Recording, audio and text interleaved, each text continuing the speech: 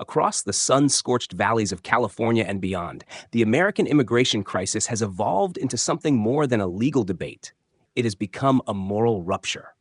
In the fields, factories, kitchens, and construction sites of this country, millions of undocumented workers remain the invisible backbone of the economy, even as they are treated like fugitives in the land they help build. The promise of America, a place of refuge, a land of opportunity, has been slowly weaponized into a system of exclusion, one defined less by justice and more by who gets to define it.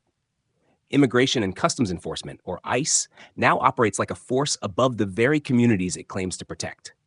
Its raids, often unannounced and unaccountable, bring shock and chaos to quiet neighborhoods and rural farms alike. These aren't just enforcement actions, they're ruptures in daily life, slicing through families, livelihoods, and trust with surgical precision. While ICE claims it targets criminal aliens, data consistently tells a different story. According to TRAC, the majority of those detained in recent raids have no criminal record at all. No violence, no threat, just the wrong paperwork, or none at all. Meanwhile, the public grows increasingly desensitized to images of children crying behind chain-link fences, women pleading in languages ICE doesn't translate, and exhausted men led away in handcuffs while their bosses remain untouched.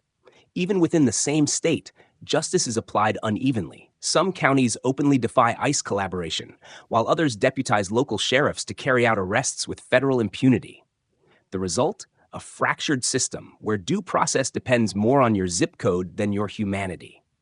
California, in particular, has become a battleground. Progressive sanctuary policies on one hand, federal enforcement pressure on the other. The latest raid in a cannabis nursery, involving over 100 farm workers, underscores the absurd contradictions of this moment. The same industry, hailed as a model of economic growth and legalization, now becomes a site of mass arrests for the very laborers who sustain it. This is not simply a story of law enforcement. It is a story of identity, of value, of who gets to be seen as human in the eyes of the state. And that story is still unfolding.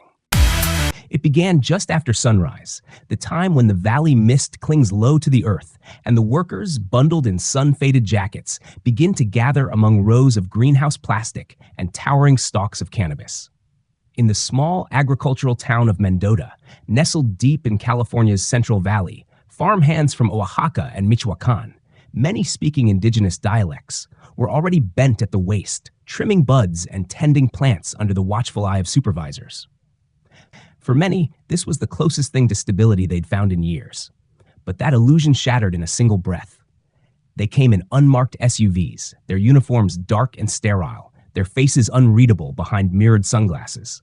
Some agents shouted commands in broken Spanish. Others simply waved rifles in the air and pointed. Within seconds, tear gas canisters arced through the air. What was once a quiet, dusty worksite erupted into chaos. Workers running in all directions, hands raised, coughing, disoriented. A few collapsed from gas exposure. Others were caught in netted fences at the edge of the field, hands bleeding as they tried to climb over. Drones hovered above, capturing footage for federal archives. No warning, no time to call home, no interpreter. In total, ICE detained 108 workers from 3 cannabis nurseries, the majority of them undocumented. Many had worked there for years, paid taxes through ITIN numbers, and sent money home to families they hadn't seen in a decade. Children were left waiting outside local schools for parents who never came. Phones rang in empty rooms. The community, gripped by fear, shut its doors. Local taco stands, barber shops, and tiendas went silent. This was no ordinary raid. It wasn't a quick sweep or a low-profile pickup. It was an operation carried out with military precision, planned for weeks, executed with maximum force. Official ICE statements cited federal cannabis violations and identity fraud. But those who lived it tell another story, of being hunted, not helped, of being treated like criminals in the very fields where they kept the economy alive. One woman, Marta, a single mother from Guatemala, had only just clocked in when the gas hit her eyes. "They didn't even see us," she later whispered through a translator. "We were just bodies to them. Not people, just shadows to disappear." I was standing at the edge of Field 14 when it all unfolded, camera in one hand, notebook in the other, pretending to be just another compliance officer. The ground was still damp from the morning irrigation, the scent of soil and marijuana heavy in the air. Then came the roar, vehicles cutting through the orchard dust like beasts on the hunt, and the shouting.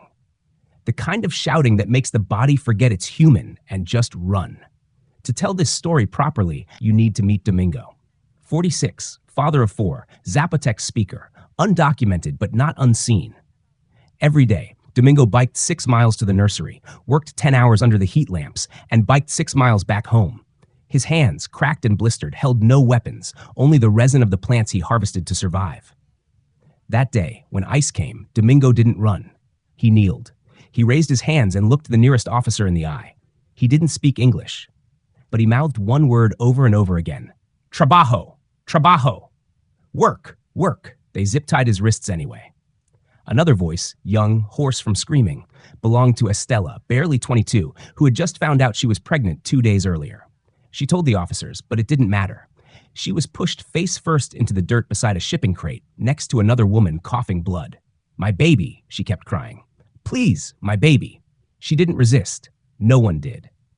But perhaps the most haunting moment came later, as buses filled with detainees pulled out of the nursery gates.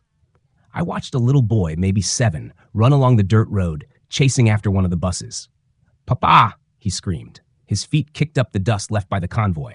Papa! He was barefoot. He didn't stop until his small body collapsed in the field his father used to work. No one at ICE stayed behind to explain anything. No translator, no local authority coordination, just the silence that always comes after the boots leave.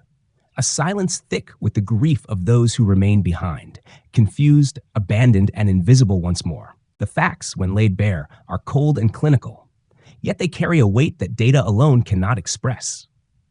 On June 24, 2025, ICE conducted what it later described as a targeted enforcement operation at 3 cannabis cultivation sites in California's Central Valley.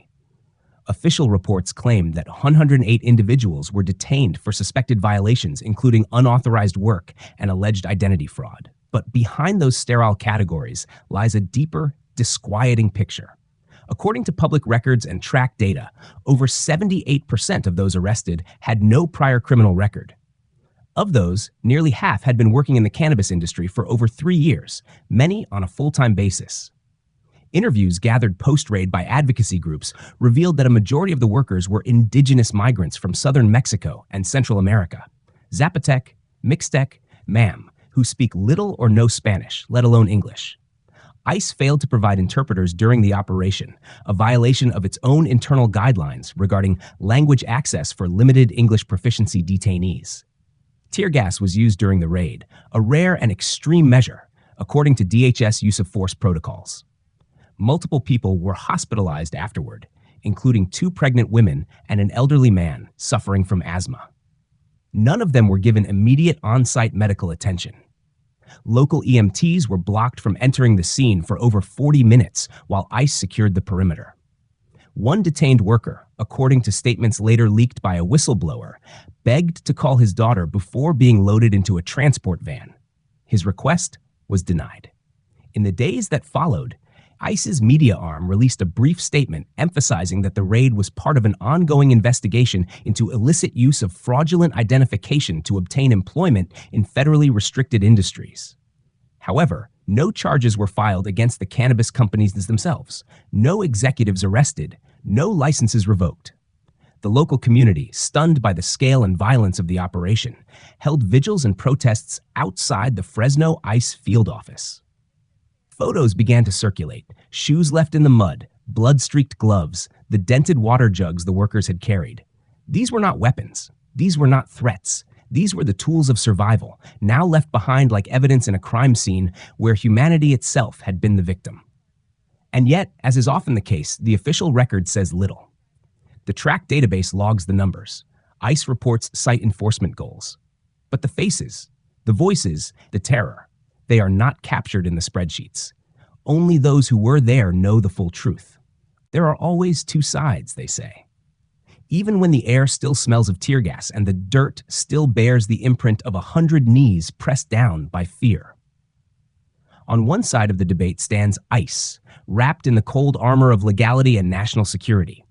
Its defenders argue that the agency is merely doing its job, upholding immigration law, enforcing the system Congress created. They point to the legality of the operation, to allegations of fraudulent documentation, to the federal ban on employing undocumented workers in cannabis operations, which, despite state-level legalization, remains a Schedule I drug under federal law. From this angle, ICE is the enforcer, not the villain. We don't make the laws, they say. We just carry them out. They remind the public that identity fraud is a crime, that undocumented labor undermines labor protections and wages, and that employers who flout these rules endanger national integrity. It's not about cruelty, they claim. It's about control. Borders, after all, must mean something, right? But then there's the other side, the one that speaks with dirt under its nails and children in its arms, the one that watches in silence as its loved ones are dragged into unmarked vans. To these communities, ICE is not just a badge, it's a specter, an ever-present force that doesn't distinguish between criminals and caregivers. They ask, how can a country that profits from undocumented labor turn around and criminalize those same workers without touching the employers who hired them? They challenge the moral consistency of a system that sends armored vehicles into greenhouses to arrest mothers, yet allows the business owners to go home untouched, to call in new hands tomorrow. They question why, in an industry built on the promise of redemption, legal cannabis, social equity, second chances, the people who've given the most are afforded none. Is it just to uphold a law that destroys families? Is it ethical to target those who are the easiest to silence? The deeper conflict is not about laws or raids or identity papers. It's about whose humanity is recognized and whose is routinely erased. And if enforcing the law requires us to forget the difference, then maybe the law itself demands closer scrutiny, because order without justice is just another kind of violence, one dressed in uniform, armed with paperwork, and devoid of soul. In Mendota, the silence still lingers. A week after the raid, the cannabis nurseries reopened, the bosses replaced the missing laborers with temp workers, and life, for those not directly touched, seemed to move on. But for the families left behind, the fallout was anything but temporary. Children now cry themselves to sleep in homes grown quieter. Rent goes unpaid. The churches stay fuller than usual, their candles burning long past midnight. The real impact of ICE's presence is not only measured in arrests or headlines. It lives in the fractures beneath the surface. Local clinics report a spike in stress-related illnesses. A school counselor at the elementary school across from the nursery described a 40% drop in attendance the day after the raid. Parents were too afraid to step outside. Children, many of them U.S. citizens, are now terrified to answer the door. The trauma didn't stop when the handcuffs came off. It settled into the bones of the neighborhood. Estella, the pregnant woman detained in the raid, was released 2 days later without charges. She now walks with a limp from being pushed to the ground. Her unborn child remains a constant reminder of that day. Its kicks in her belly no longer signs of life, but echoes of fear. She's since lost her job, her name now flagged in federal systems she doesn't understand. She's not sure how she'll pay for prenatal care. They took more than my freedom, she said. They took my future. Domingo, whose story brought tears to the eyes of even the ICE processing staff, remains in a detention facility 4 hours away, unable to call his children. His eldest daughter has stopped going to school. She waits every afternoon by the front door, hoping the sound of a car engine might mean her father is home. It never does. But the damage goes even further, into the fabric of the community itself. Local business owners report a sharp decline in customers. A barber said, "It feels like someone died here." And maybe something did. Not a person, but a belief that this place, this town, this country could be a home. These are not side effects. These are the intended results of a policy designed to intimidate, destabilize, and erase. When the dust settles, what remains isn't justice. It's absence, felt in the empty chairs at dinner tables, in the silence of playgrounds, and in the heavy air of a town still holding its breath. There's a peculiar silence that falls after the roar of power. Not the silence of peace, but of stunned disorientation. When the sirens fade, and all that's left is the ache of what was taken. In that silence, questions begin to form, trembling at first, but louder with time. What kind of country are we becoming? Who gets to belong here? And what is the cost of enforcing borders that cut not across land but through the heart of a community? America has always told a story about itself, about hard work, redemption, fairness. But what happens when those who labor hardest are the first to be punished? What kind of redemption is offered to people like Domingo, who sacrificed everything for a future that vanished in a cloud of tear gas? The truth is, systems like ICE don't just remove bodies, they remove possibility. They erase context. They define people not by who they are, but by what they lack: documents, privilege, the right accent, the right skin. And yet, if we're honest, this isn't just about ICE. It's about us, what we tolerate, what we ignore, what we allow in the name of law and order. Somewhere along the way, we decided that paperwork was more important than parenthood, that documents were more valuable than dignity.